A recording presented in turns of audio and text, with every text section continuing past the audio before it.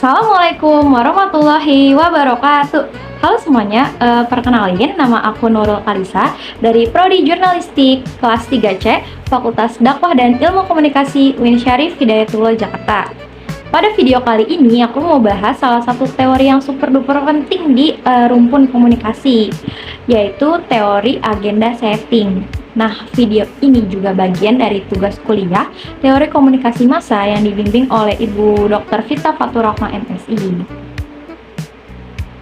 Nah, ngomongin komunikasi massa, kita tuh sebenarnya lagi ngebahas hal yang luas banget tau.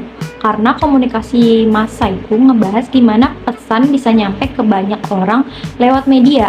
Salah satunya tuh kayak TV, koran, portal media online, atau bahkan media sosial. Tapi media nggak cuma sekedar nyampein info aja loh, media juga punya power atau kekuatan buat ngarahin gimana masyarakat melihat suatu isu atau menilai suatu isu. Nah, disinilah teori agenda setting berperan. Teori ini tuh penting banget karena ngajarin kita gimana media bisa ngatur fokus. Teori ini tuh ngajarin kita gimana media tuh bisa ngatur fokus publik terhadap suatu isu tertentu. Nah, jadi lewat teori ini kita bisa lebih melek media dan gak gampang kebawa arus sama pemberitaan yang lagi viral atau yang lagi rame doang.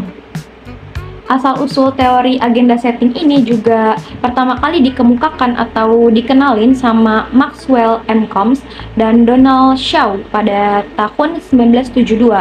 Awalnya mereka tuh ngelakuin penelitian tentang perilaku pemilihan di Carolina Utara pada saat pemilihan presiden Amerika tahun 1968.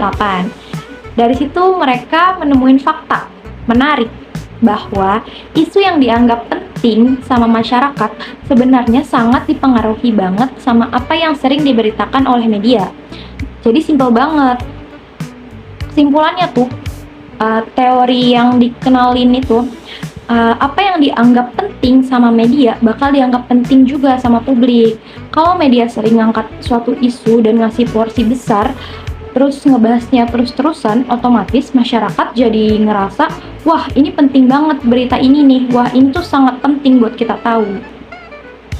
Terus juga tahapan agenda setting itu terbagi menjadi 3. Secara garis besar alurnya tuh yang pertama agenda media, yang kedua agenda publik, dan yang ketiga agenda kebijakan. Nah, kita bahas satu-satu ya.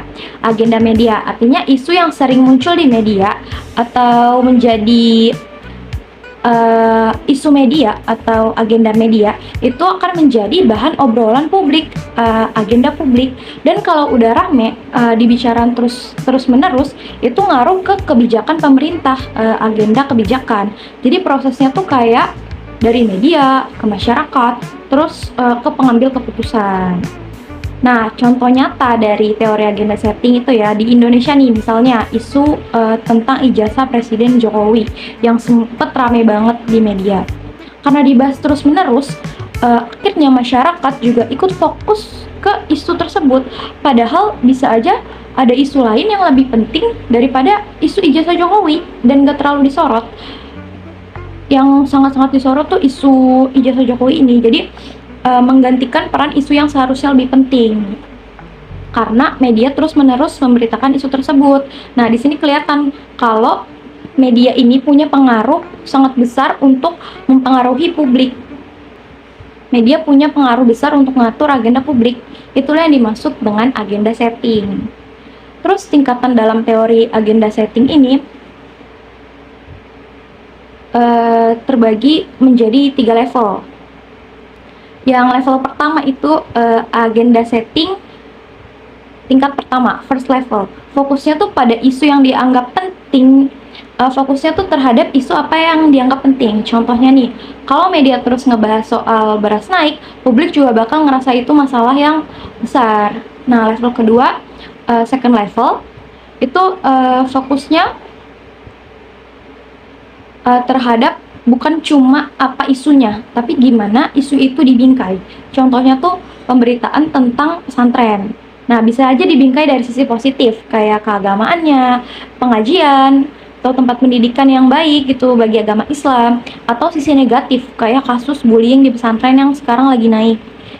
Terus juga level ketiga, network agenda setting atau NAS. Nah, pada level ini, media tuh membantu publik mengaitkan satu isu ke isu lainnya. Misalnya, isu lingkungan dikaitkan dengan isu kesehatan dan kebijakan pemerintah. Jadi muncul hubungan antar isu di pikiran masyarakat atau publik. Bisa disimpulin bahwa teori agenda setting itu ngajarin ke kita bahwa media punya kekuatan besar buat nentuin isu apa yang dianggap penting bagi masyarakat. Dengan paham nih kita paham teori ini bisa ngebuat kita tuh bisa lebih kritis, nggak gampang percaya mentah-mentah sama suatu pemberitaan, dan bisa ngebuat kita tuh mikir kenapa ya media nih lebih sering angkat isu ini daripada yang lain. Nah, segitu dulu pembahasan dari aku tentang teori agenda setting. Semoga bisa membantu menambah wawasan. Kurang lebihnya mohon maaf. Wassalamualaikum warahmatullahi wabarakatuh.